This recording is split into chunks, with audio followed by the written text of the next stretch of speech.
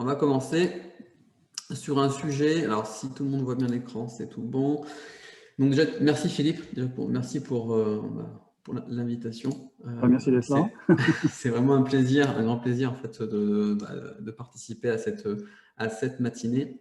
Et donc le thème aujourd'hui que je souhaitais aborder, c'était comment rendre finalement les fiches produits des sites e-commerce plus attractives, visibles et uniques. Alors c'est vraiment d'un point de vue purement moteur de recherche, on parlera un petit peu de l'internaute, mais voilà, c'est vraiment d'un point de vue moteur de recherche. Est-ce que vous pouvez bien me dire dans le chat si vous êtes intéressé par cette problématique, si vous êtes e-commerçant, responsable peut-être d'acquisition pour un site e-commerce, ou même, je ne sais pas moi, SEO pour vos clients qui sont e-commerçants, ça me permettrait de prendre un peu la température et peut-être de réveiller un peu le chat qui me semble un petit peu endormi.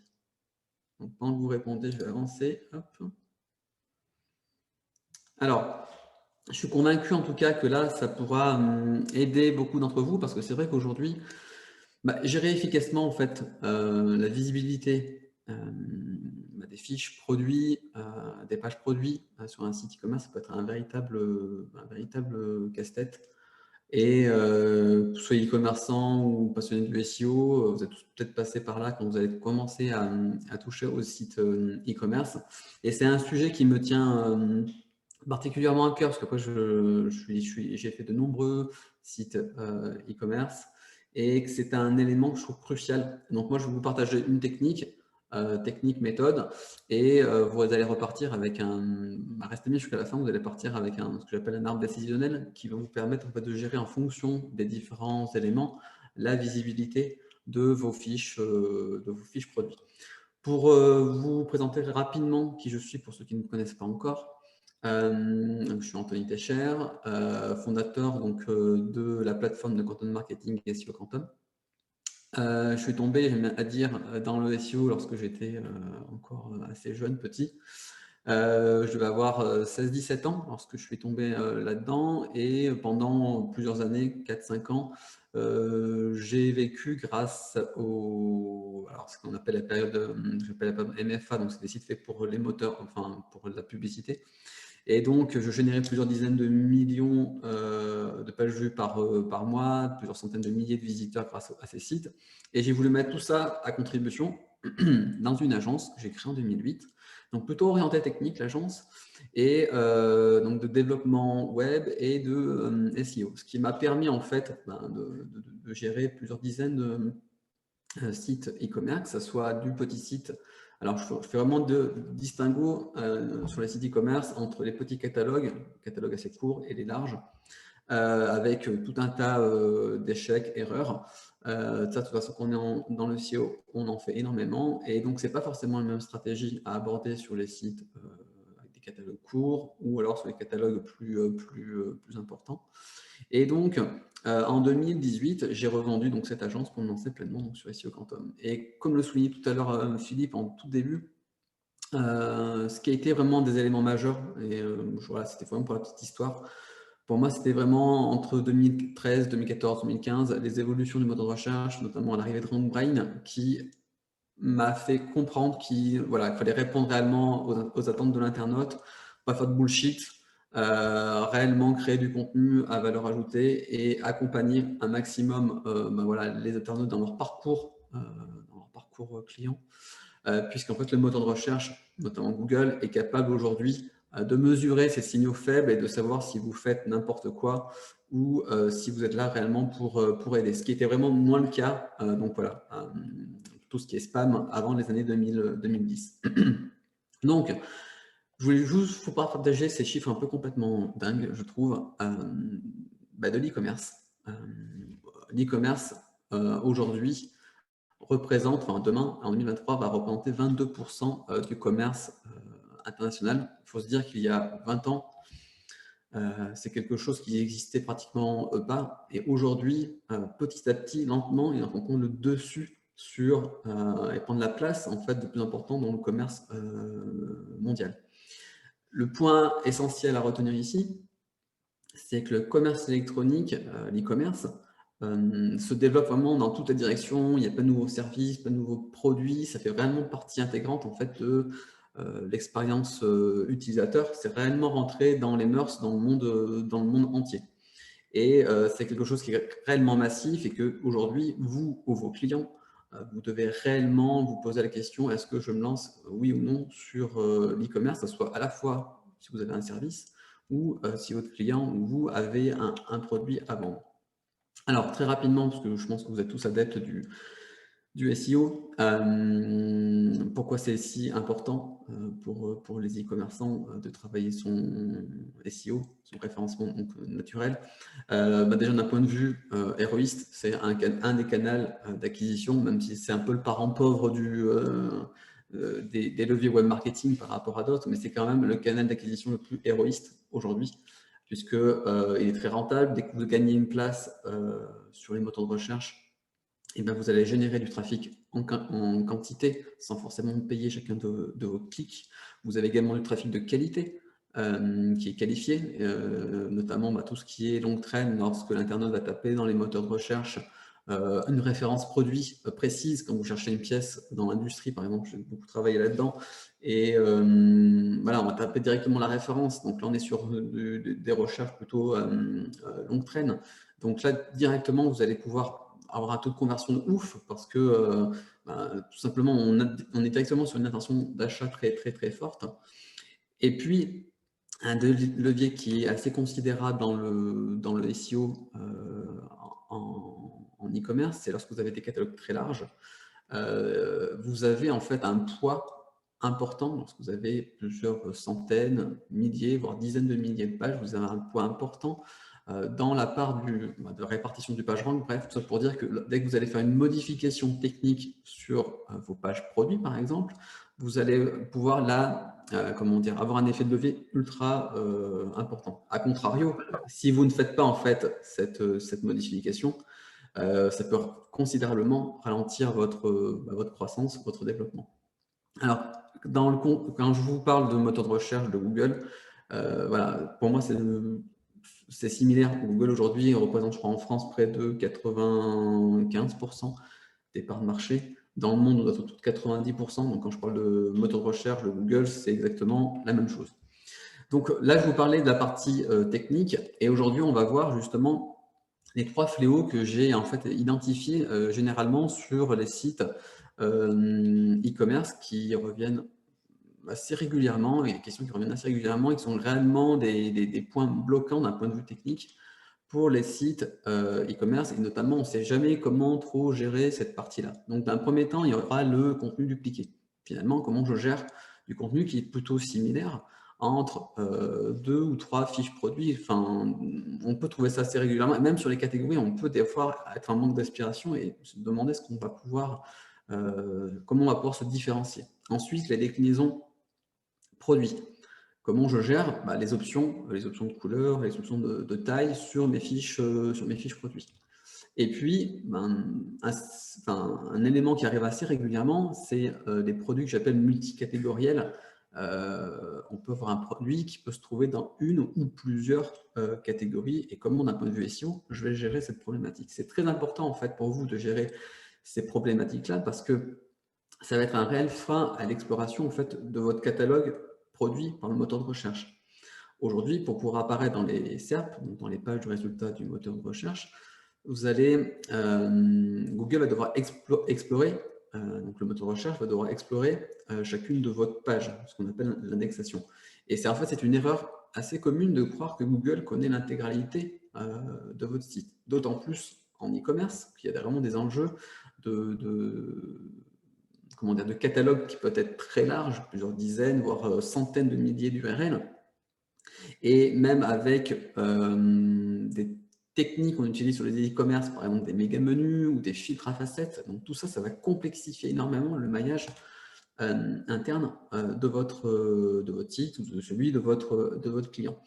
Et votre objectif, c'est vraiment de s'assurer que le moteur de recherche ait le temps, alors j'aime bien prendre cette sorte de temps, mais la capacité en tout cas de visiter les pages les plus importantes, notamment les pages aussi produits. Il faut se dire il y a un timing qui est alloué en fait à chacun des sites. On parle de budget crawl. Et si finalement, admettons que vous avez un timing de X et que vous avez des centaines de pages, des milliers de pages, et que Google a dépassé ce timing-là, il va passer à l'indexation d'un autre site. Vous n'êtes pas le centre en fait de ses préoccupations, et c'est à vous en fait de travailler en fait votre maillage interne pour pouvoir maximiser cette exploration de votre catalogue produit. D'autant plus que si vous ne maximisez pas cette partie-là, ben, vous allez peut-être allouer du temps, de l'argent sur la création de contenu, sur de l'optimisation de contenu, sur du netlinking, sur de la relation presse, sur certaines de vos fiches produits qui ne seront pas en fait présentes dans l'index. Donc c'est réellement important pour vous de travailler ces trois grands fléaux. On commence par le numéro 1, donc le contenu dupliqué. Quand je parle de contenu dupliqué, c'est des contenus généralement qui se ressemblent. On peut les trouver notamment sur les pages catégories, les filtres à facettes. Vous savez, c'est lorsque vous sélectionnez un filtre de droite pour pouvoir filtrer les résultats, vous allez avoir en fait une nouvelle URL et la même page. Tout ça, en fait, c'est ce que j'appelle du duplicata interne. Donc, ça peut être de la pagination, des filtres à facettes, des pages produits. Et tout ça, ça va être source, en fait, d'avoir du contenu semblable d'une page à l'autre. Après, il y a également, et ça je l'ai vu assez régulièrement, ce que j'appelle le duplicat externe. Généralement, en e-commerce, on fait des imports massifs. On a une liste comment on appelle ça, de fabricants, et nous, on va être revendeurs de ces produits. Et donc, on va faire des imports massifs. Il y a des fichiers CSV que nous a généralement donné le fournisseur, et on va l'importer. Et généralement, on va se retrouver avec les mêmes titres, même nom de produit, la même nomenclature, la même description. Et donc, vous allez vous retrouver avoir une description qui est la même que chez le fournisseur, et même pire, la même que chez vos les autres vendeurs qui sont peut-être aussi vos concurrents. Donc là, il y a réellement un coup à jouer, si je puis dire, sur il faut que je me différencie en fait du contenu, mon contenu par rapport à celui qu'on m'a fourni, que le fournisseur m'a envoyé via son fichier CSV.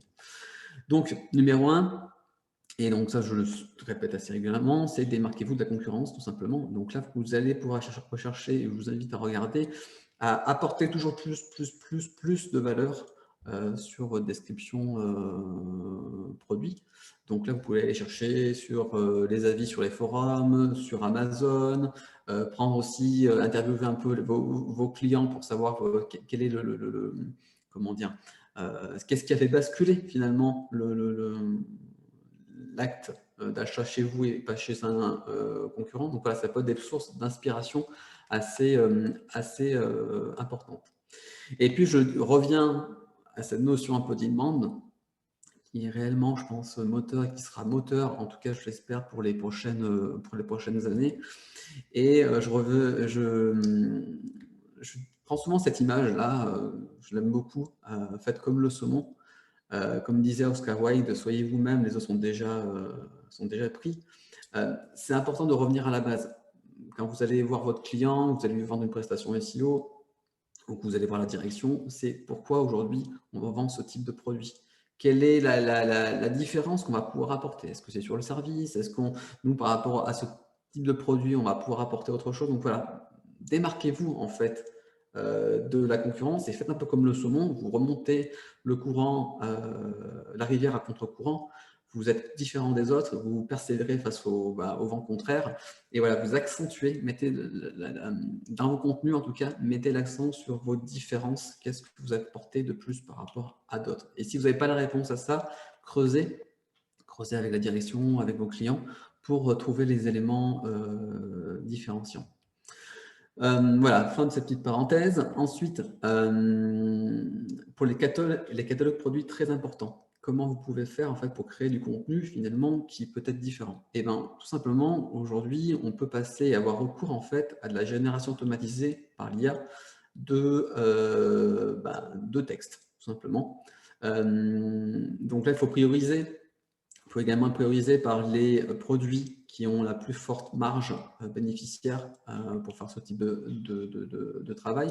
Et je vous invite également à aller voir le travail de Vincent Terrassi, de chez OnCrawl, sur GPT-3. Donc, tout à l'heure, Philippe en a également parlé. C'est sur la génération en fait, automatisée de texte.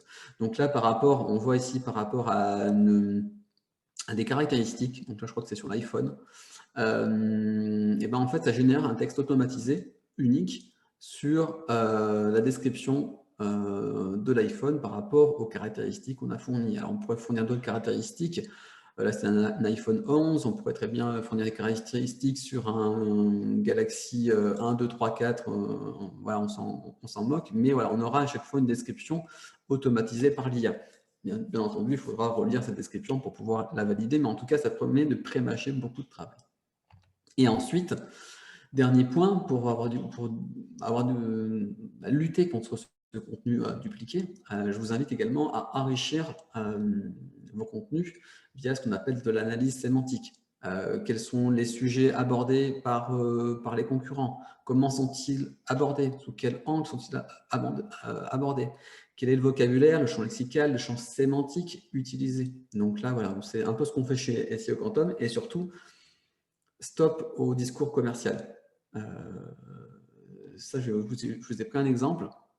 Donc là, c'était pour un client qui était fabricant en fait de fours à bois, et il faisait son produit, il était également compatible pour être un barbecue. Donc c'était vraiment un super produit, c'était vraiment fascinant. Je pense souvent cet exemple parce qu'il est très parlant. On imagine le four à bois et le barbecue à côté. Et donc, lui, il avait un discours très orienté commercial, mais commercial sur salon, sur foire, sur les événements. Donc, il peut plaire à un public ciblé, mais dans un contexte vraiment différent que sur le web. Donc, en fait, il a repris ses fiches produits et a écrit, là c'était donc une catégorie, et a écrit ses contenus orientés vraiment comme s'il était sur salon. Et en fait, d'un point de vue moteur de recherche, ça ne fonctionne pas du tout comme ça. Ici, donc, dans son contenu, vous voyez en bleu l'univers sémantique et lexical du four, et en rouge tout ce qui correspond à l'univers du barbecue. Le moteur de recherche étant incapable finalement de juger si on parle d'un sujet A ou d'un sujet B, ce qu'il préfère, c'est de ne pas mettre le contenu dans les premières positions, mais il va se retrouver à vivoter entre la 30e et la 100e position, puisqu'il n'est pas capable de juger de la pertinence de ce contenu-là. Et rappelez-vous que Google va mettre en avant uniquement les contenus, les pages dont il est certain de la teneur du contenu, puisque lui, son objectif, c'est de répondre toujours aux attentes de l'internaute. Donc là, ce qu'on a fait, on a réécrit le contenu en se basant donc sur notre outil, et tout simplement, on a la page que j'appelle pénalisée, est passée de la 40e position et atteint le triangle d'or pour la première position, il me semble, donc sur four à bois. Et même chose, on a créé une deuxième catégorie, donc la plus orientée barbecue, et qui s'est très bien positionnée également sur tout ce qui est l'univers du barbecue à bois, dans le top 10. Donc voilà pour cette partie un peu sur le contenu et comment vous pouvez vous différencier, et en quoi il est important de bien analyser également la sémantique des contenus. Second point, les déclinaisons produits. La déclinaison produit, on le voit assez souvent, c'est des produits semblables en fait, mais sur différentes URL, que ce soit par la taille, que ce soit une déclinaison par couleur. Et donc là, je vous ai pris quelques exemples. Ici, c'est du tamis, c'est des tamis en fait pour la farine. C'est exactement le même. On est à 35 cm de largeur, sauf qu'on a en fait le maillage qui change en fonction du type de farine. On est sur du 55, type 80 ou type 110. Et on se retrouve à avoir 1, 2, 3, 4 fiches produits qui parlent exactement de la même chose, sauf qu'on a un type qui diffère. Même chose ici pour ces fiches produits, où on a la couleur et la taille, la taille, oui, tout simplement, et on a à chaque fois des URL différentes pour chacun dans chacune de ces déclinaisons. Alors, comment faire quand vous rencontrez ce type de problématique? Bah, tout simplement, regardez s'il y a un volume significatif par option. Si l'une des options a un volume de recherche significatif, donc là, vous pouvez vous aider d'outils, il existe pléthore, hein, Ahrefs, SEMrush, etc. Je vous conseille en tout cas de créer une page pour cette option. Alors, quand je parle de significatif, ça dépend de votre marché. Si votre marché fait sur un produit, c'est 10 000 recherches par mois, ça va être significatif à partir de peut-être 2500. Si c'est simplement 100 recherches par mois pour votre fiche produit, l'option significative serait autour de 200, 250. Voilà, donc il faut vraiment deux poids, deux mesures. Ça ne sert à rien de créer une pléthore d'options, de pages, puisqu'ensuite, une fois que vous allez créer en fait, ces pages, vous allez devoir reboucler sur l'option 1, sur la premiers éléments, c'est-à-dire de devoir créer du contenu pour éviter qu'on ait du contenu dupliqué. Donc, il y a un réel enjeu ici. Et enfin, pour terminer, le troisième point, c'est les produits que j'appelle multicatégoriels. C'est-à-dire, un produit possède plusieurs catégories. Et ça, on le voit réellement souvent. C'est quelque chose qui arrive assez régulièrement. Et notamment, ici, je vous ai pris un exemple, c'est un tapis de yoga. On a cette URL ici, hop, qui contient collection, tapis de yoga de voyage, produit. Bon, là, c'est une URL vraiment à rallonge. Et on voit que ce produit-là est disponible dans 3 catégories: tapis de yoga voyage, tapis de yoga, donc c'est la principale, et tapis de yoga Manduka, c'est peut-être la marque ou le type du tapis de yoga. Donc, comment faire dans ce cas-là? C'est un cas qui est assez fréquent. Donc, moi, je vous recommande souvent, c'est de retirer tout simplement la mention de la catégorie dans l'URL. Vous enlevez en fait tout ce qui est ici, qui ne correspond en fait finalement qu'à une désignation pour une catégorie, et vous mettez directement le nom du produit. Et ensuite, alors si c'est possible ou pas, je vous recommande, donc si la possibilité ou pas de réécrire l'URL, dans tous les cas, je vous recommande fortement de choisir la bonne balise canonical. La canonical, en fait, c'est dans le code source en fait de la page, c'est destiné en fait au moteur de recherche pour indiquer finalement votre préférence. Alors c'est la vôtre de préférence, c'est pas celle du moteur de recherche, par rapport à une URL donnée lorsque vous avez des pages qui sont identiques. Donc là, on a vu qu'on avait trois pages différentes. Et finalement, voilà, pour les 3 pages, je choisis celle-ci comme étant la page de produit principale. Alors, je souligne ici le mot préférence, car Google a toujours le dernier mot, et vous devez être, je pense, logique dans votre maillage interne.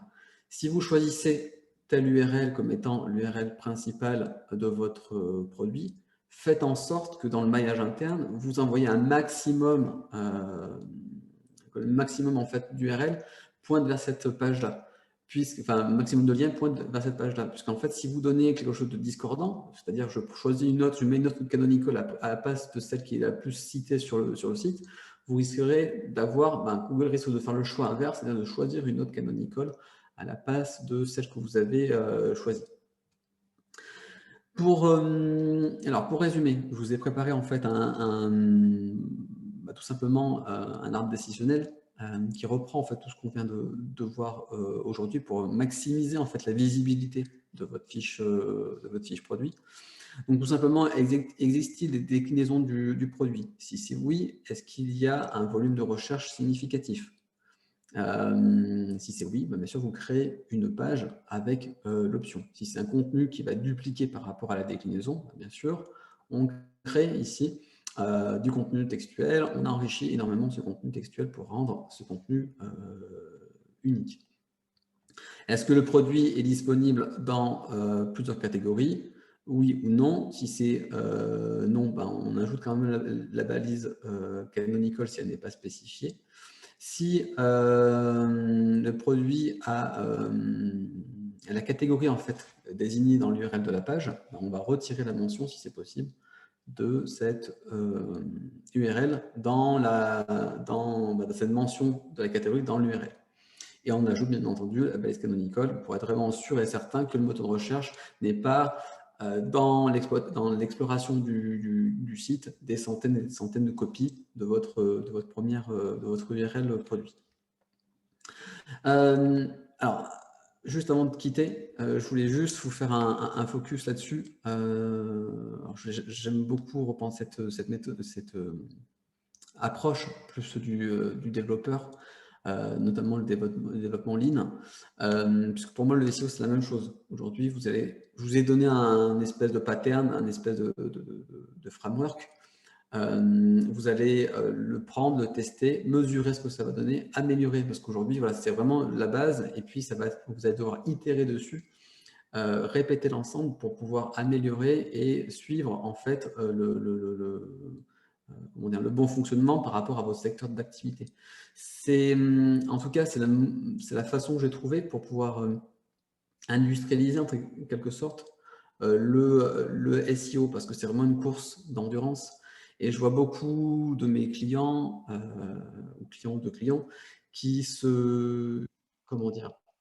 qui vont mettre en place quelques recommandations et puis qui vont s'arrêter là en espérant avoir un retour sur investissement. Et c'est pour ça qu'il faut industrialiser un maximum, avoir un processus automatisé. Donc prenez cet arbre décisionnel et mettez-le chez votre client ou chez vous à chaque fois que vous allez créer une nouvelle fiche produit. Vous allez pouvoir optimiser cette fiche produit. OK, dans nos process, maintenant, on va faire on va passer par cet arbre décisionnel pour gérer la visibilité de notre nouvelle fiche produit qu'on souhaite créer. Et c'est la seule façon d'avoir des résultats probants sur le long terme, c'est de pouvoir itérer et de répéter, améliorer vos processus. Voilà, j'en ai fini en fait pour cette présentation et je pense qu'on est dans le timing. Écoute, tout à fait. Merci beaucoup, Anthony. Alors, déjà, une première question qui me vient à l'esprit là sur l'aspect duplication de contenu, sur la façon de gérer ça. Est-ce que tu conseilles de faire ce que l'on voit habituellement sur tous les sites e-commerce, c'est-à-dire d'ajouter systématiquement des textes SEO, quel que soit le type de site e-commerce et quel que soit le contexte, donc des textes SEO sur les pages de listing? Alors, je vais faire une réponse de SEO, ça dépend. dépend. Ça dépend énormément de choses. Des fois, tu peux avoir très bien des catalogues produits qui ont plusieurs dizaines de milliers d'entrées. Et donc, là, tu vas devoir prioriser en fonction de la marge. Généralement, je vais demander la marge bénéficiaire de chacun des produits pour pouvoir réellement avoir une partie héroïste assez rapidement. Et puis, tu as certains produits qui n'ont pas du tout besoin. On n'est pas sur de l'informationnel ici, on est sur du commercial. Et sur du commercial, d'après mon expérience en tout cas, on a moins besoin d'aller chercher des contenus à rallonge. Ils font 1000, 2000, 3000 mots, bon, peu importe. Et donc, tu n'es pas obligé d'aller enrichir énormément en fait, tes fiches produits. Des fois, quand tu vas être sur une référence de clous, qu'est-ce que tu veux écrire sur une référence de clous? Tu mets ta référence de clous, tu optimises en tout cas avec les bonnes pratiques, c'est-à-dire mettre cette référence de clous dans la title déjà, c'est peut être déjà juste suffisant, oui, parce que des fois tu as juste clous dans la title et ça n'apporte aucun indice au moteur de recherche. Mais voilà, ça va dépendre en fait. Et attention, sur la partie e-commerce, le degré en tout cas que j'ai pu voir de l'optimisation de contenu est moindre que sur du rédactionnel. Oui, tout à fait. Donc là, tu as évoqué un sujet qui inquiète pas mal de rédacteurs web, c'est la génération de texte automatique à base d'IA. Donc, c'est quoi ta prédiction là-dessus? Est-ce qu'on va utiliser ces services de manière très répandue, très intensive d'ici quelques années, ou est-ce que les rédacteurs web humains ont encore donc du taf devant eux? Ouais. Alors, quand on dit intelligent, je mets entre guillemets intelligent, tout ce qui est IA. Aujourd'hui, la machine est capable de générer du texte, mais elle génère du texte en fait par rapport à ce qu'elle a pu déjà étudier. Il n'y a pas l'esprit, il n'y a pas d'esprit en fait derrière.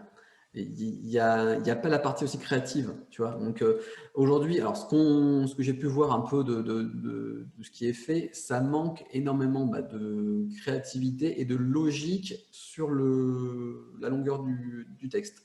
Quand tu vas sur des descriptifs assez courts, là, ça va par exemple un descriptif d'iPhone qui va faire 200 mots. Et encore, c'est comment dire, c'est très tu as un périmètre qui est très défini. Donc, en fait, c'est très contrôlable, modulable. Et là, malheureusement, et puis il n'y a pas de valeur ajoutée pour un rédacteur de créer du contenu pour 500 fiches produits dans le domaine du smartphone. Mais là, malheureusement, je pense que l'IA va prendre un rôle de plus un peu plus important pour pouvoir générer du texte automatiquement.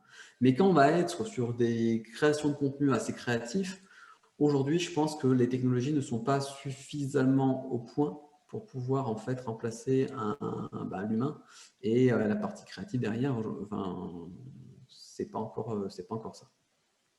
Oui, ça, je suis d'accord avec toi. Enfin, c'est aussi mon expérience. On voit que ces outils sont pas vraiment capables de créativité. Donc là, tu avais axé ta présentation sur comment sortir du lot. Typiquement, ces outils ne permettent pas de sortir du lot. Ils vont forcément te créer des textes qui vont être plutôt pas mal. Hein. On arrive maintenant à des qualités de textes générés assez bluffants. Mais ça sera forcément des textes qui seront faits à la manière d'eux, Oui. faits à la manière de tout ce qui se fait ailleurs. Et ça permet juste de combler des trous quand on n'est pas capable d'apporter soi-même une description, par exemple, je ne sais pas, sur un site de vêtements, par exemple, il y a souvent des descriptions un peu élaborées, voilà, ça permet de faire ça, mais ça ne permet pas de sortir du lot. Et Donc, puis sur les catalogues produits qui sont énormes, j'ai travaillé sur des sites qui ont plus de 100 000 références, ces 100 000 références de clous, aujourd'hui, comment tu génères ton contenu? Enfin, demander à un rédacteur, je sais qu'on avait travaillé avec des rédacteurs, moi c'était dans les années 2015, donc c'était encore au balbutiement de l'IA, mais on se cassait les dents avec les rédacteurs pour avoir des descriptions, mais c'est des choses qui n'ont aucune valeur ajoutée et ils ne vont pas du tout s'épanouir à écrire du contenu pour des vis et des clous. Et c'est là où je pense que quand tu as des catalogues qui sont très très très larges et que tu n'as pas forcément de valeur ajoutée à apporter dans une description qui est assez basique, c'est là où, en tout cas c'est là où je voulais amener mon point, c'est que là-dessus tu peux, en tout cas, ça fonctionne, tu peux générer du contenu automatisé. oui, en tout cas, donc, là, tu nous amènes à faire un distinguo très intéressant. Tu parlais de créativité. Il ne faut pas confondre la capacité à créer de la variabilité dans les textes, où ça, les machines peuvent être tout à fait supérieures aux humains. C'est-à-dire que notre ami rédacteur web à Madagascar va jeter l'éponge avant l'intelligence artificielle. Par contre, voilà, mais être capable de créer un texte complètement nouveau avec une approche et un style bien propre, ça par contre, ils ne savent pas le faire. Oui. Ça, c'est un souci. Alors, on a une question là sur les modifications à opérer sur les fiches produits. Est-ce qu'il faut se concentrer en priorité sur les fiches produits qui sont crawlées et indexées? Moi, je pense qu'il faut toujours optimiser l'existant parce que tu as un gain qui est non négligeable. Tu vois, quand tu optimises l'existant avant d'aller sur du nouveau, parce qu'il va falloir du temps pour que la page se fasse indexer, du temps pour que la page puisse augmenter son ranking dans le moteur de recherche. Donc, oui, priorité sur tout ce qui est déjà crawlé et indexé. Oui, donc ça, c'était une question que David avait posée suite à une question qu'il avait aussi évoquée sur comment est-ce qu'on faisait pour améliorer le budget de crawl. Donc là, c'est un peu la problématique de est-ce qu'en améliorant la qualité des pages, est-ce qu'on peut les amener à être plus scrollées, plus indexées? C'est peut-être quelque chose qui effectivement est parfois impactant de ce point de vue-là. Ouais, et puis là-dessus, je ne suis pas sûr que je sois le meilleur le plus à même à répondre, mais en tout cas, déjà optimiser aussi avant de vouloir augmenter, peut-être aussi améliorer la délivrabilité, c'est-à-dire le temps de réponse, le temps d'affichage de la page. Je pense à certaines technologies avec lesquelles j'ai pu travailler, style PrestaShop Magento ou des choses comme ça, qui peuvent être très lourds à charger parfois sur le temps de chargement de page quand tu as des catalogues qui sont très très volumineux. Si tu peux déjà diviser le temps de chargement de ta page, tu le divises de toutes tes fiches produits par 2, tu augmentes le nombre de pages indexables par 2 également. Donc voilà, c'est un peu le style serpent qui se mord la queue. C'est clair, sur ces sujets, il y a deux choses qui interviennent. Il y a donc quelle quantité de pages Google peut crawler. Donc ça, c'est effectivement, là tu viens de dire, ce qui peut permettre d'améliorer ça, c'est-à-dire améliorer les performances du temps de téléchargement. Donc, dans ces cas-là, tu as forcément un impact très très positif sur la quantité de pages que Google peut crawler, et ça peut améliorer le budget de crawl. Puis après, il y a ce que Google veut crawler, c'est l'autre aspect. Et donc là, c'est lié effectivement au score d'intérêt qu'il évalue par rapport à est-ce que telle page est intéressante pour son index ou pas. Et c'est lié généralement à tout ce que tu as évoqué, c'est-à-dire comment est-ce qu'on fait pour avoir des contenus qui sortent du lot, pour avoir une page produit qui répond à des questions auxquelles les autres ne répondent pas, pour ne pas être la xème réponse identique sur la même question. Enfin, tous ces éléments-là contribuent effectivement à ce que Google peut peut-être décider d'indexer une page qu'avant il crawlait peut-être mais n'indexait pas, par exemple. Donc là, c'est un sujet. Autre question, comment s'assurer de l'exploration des listings catégories en multipage? Là, c'est le problème de crawl et d'indexation des paginations. Alors, je ne sais pas comment toi tu fais là-dessus, mais généralement, sur tout ce qui est pagination, nous, on va, en tout cas, Rocco à l'époque, c'était la canonical sur la première page de la catégorie. Après, il faut faire la différence entre... c'est pas parce que tu vas mettre une canonical que les pages vont pas forcément être explorées par le moteur de recherche. C'est pas parce que sur la page numéro 2, il y a écrit canonical, la première page, que celle-ci ne va pas être explorée par le moteur de recherche. Donc c'est pas un frein non plus en soi sur le parcours de ton catalogue produit. Alors là-dessus, notre recours généralement, c'est pas d'empêcher en fait le crawl des pages paginées, bien au contraire. Hein. Donc ça veut dire qu'en termes de canonical, on va conseiller de mettre des auto-canonical sur toutes les pages paginées et pas de canonicaliser sur la première page.